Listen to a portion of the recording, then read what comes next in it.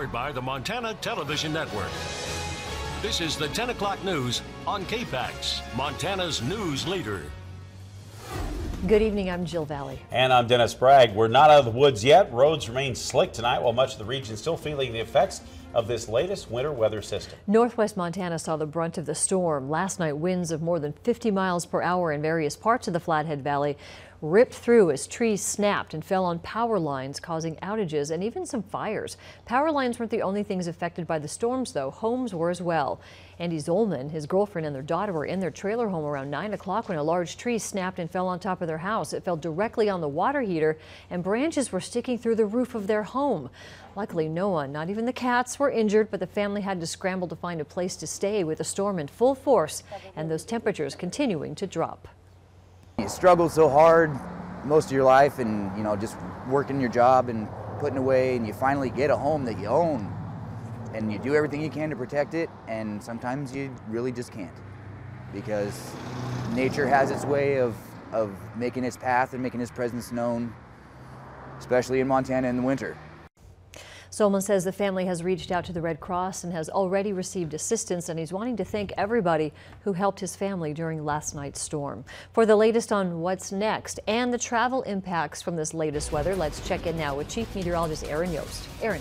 Yeah, thankfully we are starting to see things quiet down significantly compared to where they were earlier today, and definitely where they were late last night and during the early morning hours today. Hamilton, this was earlier this afternoon. First Security Bank ICAM. This is one place in particular that we are continuing to see a little light snow. A lot of this focus very slowly diminishing. Most, if any, impacts expected in the next couple of hours going to be for folks south of Interstate 90 as drier, more stable air begins to build in. And I am so happy to say that's going to provide us with a pretty fantastic weekend, especially Saturday, but it'll be short-lived. Details on the next storm coming up shortly. Montana Highway Patrol is confirming that one person died in a crash in Valley County today. According to MHP, it happened on 93 just south of Victor on the slick roads. The crash reported to troopers just before 11. The name of the victim and the cause of the crash have not yet been released. New information tonight about that box of bone fragments found in a Missoula shed this past fall. Investigators with the Michigan State Police say the remains are not from 3 missing boys in their area. They also don't match any other recent missing child case. In fact, these bones are probably more than 100 years old. Using dental record comparisons and advanced X-ray technology, forensic scientists determined the bones are not those of the Skelton boys who vanished in Michigan in 2010. The bones also do not belong to a missing 11-year-old boy from Washington State. When the news of this discovery became public, law enforcement agencies from across the country checked their own missing child cases to determine if this could be a new lead for them. But the new testing reveals the bones are historical and archaeological in origin, making them more than 99 years old. Those tests do confirm, however, the partial facial bones and teeth belong to 3 children, all under the age of 10. One of them could be of Native American descent. Investigators say these bones have been buried for some time before they were exposed and later discovered in that box in a shed by a cleaning crew in Missoula. But because those bone fragment samples were so small, there is no way at this point to confirm the sex or ancestry of all 3 children. The material is going to be turned over to another agency for DNA testing to try to scientifically confirm the remains are not a match of any known missing child. However, that's a process that could take up to 8 months. Well, it's time to get those W-2s and receipts together for tax season. Although the recently passed federal tax bill won't take effect for this year's taxes, MTN's Jack Ginsburg spoke with a tax filing company and found out some of the preparatory things you should be doing to get ready for when the bill does kick in. Mark Robison, the owner of Liberty Tax in Kalispell, has been filing people's taxes in the Valley for 8 years now. He spoke to us about how families could see some benefits from the new tax rates next season. Well, it'll be really interesting for me to see how this all pans out in real life when we get, do several hundred returns and we can see how people compare year over year.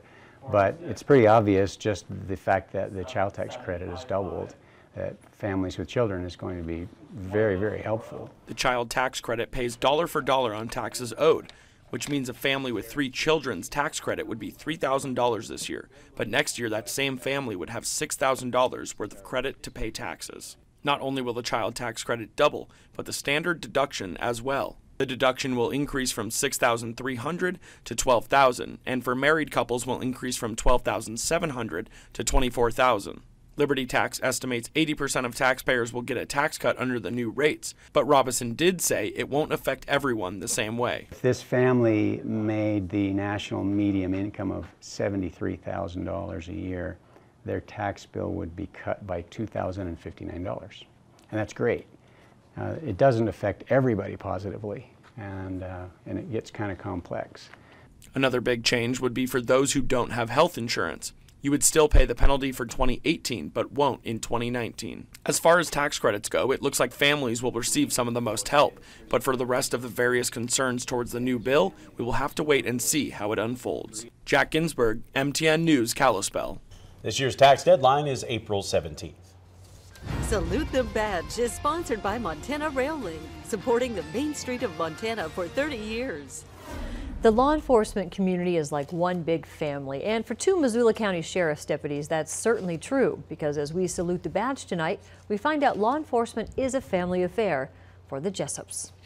Ross and Gordy Jessup were practically born to be cops. I think it started when I was maybe 1, because my dad was the very first chief of police in Pinesdale, where I grew up. Gordy's a patrol deputy for the Missoula County Sheriff's Office. He put himself through the Law Enforcement Academy and served as a deputy in Lincoln and Ravalli counties before coming to Missoula. This is exactly where he wants to be. I love it. Best job in the world. I would like to just stay on the street as long as I can. I don't want to be a detective or behind a desk. I have no desire to do that. I like to be out dealing with the public, dealing with my brothers and sisters on the street. Loud! Loud! Loud! Gordy shares the streets with his older brother, Ross, who's also a deputy, and the handler for the Missoula County Sheriff's Department K-9 officer, Loki. Ross is also on the bomb squad. I really like danger, yes. Oh boy. Ross had contemplated other jobs in the sheriff's office until he was paired with his K-9 partner, and that's when he found a perfect fit. It's the best job I've ever had in law enforcement. My ultimate goal early on in my career was to become a street sergeant, and that's changed now. I spent some time in detective's office, and I really enjoy working narcotics type cases. But after this dog thing, it's absolutely the most entertaining job in law enforcement you can imagine. Of the 14 kids in the Jessup family, 5 of them are in law enforcement. The brothers do say they talk shop at the dinner table. They share a love of hunting, of football, and family. It's the difference they're making out in the public every day that makes their jobs so satisfying. Unfortunately, we're seeing people in, the hardest times of their lives, so they remember what cop is there during that time. So it's an opportunity to make a difference. I would imagine there will be more Jessups in law enforcement before all said and done. Lots of legacy there in that family. I'm sure if they all go over to, their family's house and they all have their jackets, they got to make sure they get the right one with the right badge. You're right, match up the numbers. Still ahead, Aaron has the latest on our wintry weather and how that's going to impact your travel for the weekend. Also, how much more snow we could get.